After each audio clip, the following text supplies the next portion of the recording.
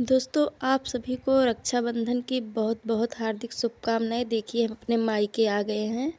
अपने बीच वाले भाई को राखी बांध रहे हैं। ये देखिए, कितने अच्छे से हमारा भाई बैठा है। हम बांध रहे हैं। हम सुबह-सुबह ही मायके चले आए हैं राखी बांधने के लिए। हम 7 बजे चले आए हैं।